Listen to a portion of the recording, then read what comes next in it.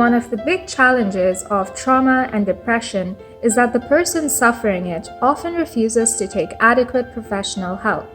As husbands and as wives and as friends, we may become irritated and angry that they don't acknowledge that they need help, and therefore they cause themselves unnecessary suffering. Our typical response is to argue with them, using logic and reason, and try to convince them once and for all.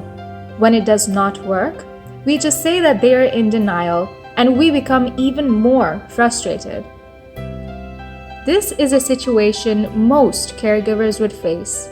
They would love to know how to open up the minds of their loved ones to seek help. This book presents a new way of reaching out to them, not through logic, but through empathy and understanding. This is a proven method that clinicians use called LEAP. Let's dig into the review, which we have generously borrowed from Sylvia Klock from NAMI, also known as the National Alliance on Mental Illness. Dr. Xavier Amador is a clinical psychologist with over 25 years of experience. He is a professor at Columbia University's Teachers College in New York City and the author of 8 books, including this national bestseller, to give it its full name, I'm Not Sick, I Don't Need Help. How to help someone with mental illness accept treatment. In addition to his impressive academic credentials, Dr. Amador is also a past member of the Board of Directors of the National Alliance for the Mentally Ill, NAMI or NAMI for short, and the Director of Research at NAMI.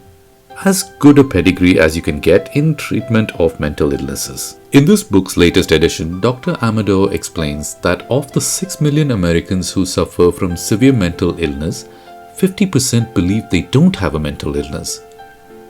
It is because they don't have insight, a symptom technically known as anosognosia. It is not an act of denial on the patient's part, the doctor explains, but considered to be caused by a neurological deficit. It is a symptom of the brain disorder and not a willful psychological state.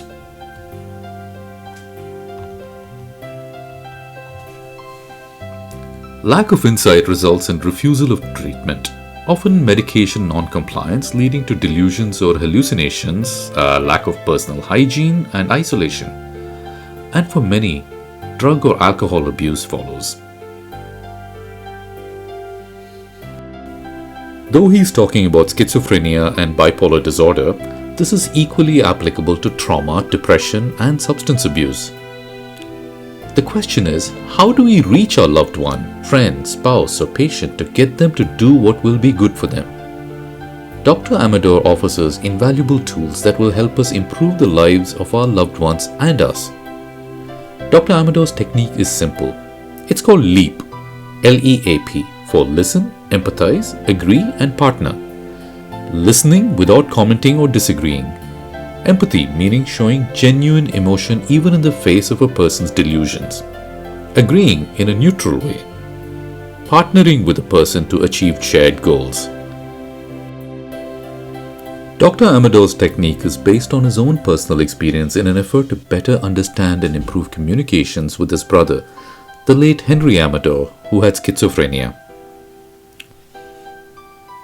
Now, you have listened to many podcasts on Thune and read the articles and blogs.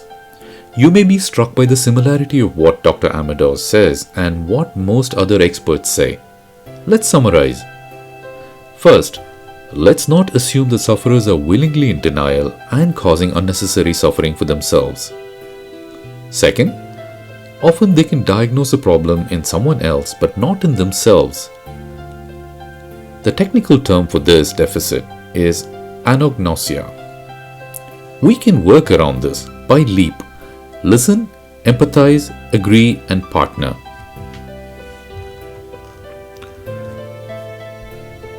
You will find another article on validation in this section.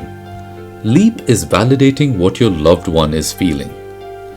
Once you validate or LEAP, the person opens up. You can work together, find a therapist, agree on self-care. On the other hand, if you accuse the sufferer of being illogical and irrational, the neurological deficit takes over. They can't rationally address you and they would just avoid the topic.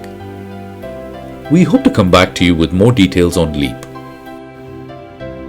"I am not sick, I don't need help" is a must for family members, friends, therapists, members of law enforcement, medical doctors, and service providers. It teaches us all how to better communicate and convince someone with mental illness to accept treatment. It is a book that shows us we are not alone, and a guide to the road of recovery for those afflicted with schizophrenia who do need our help. This review was written by Sylvia Clark.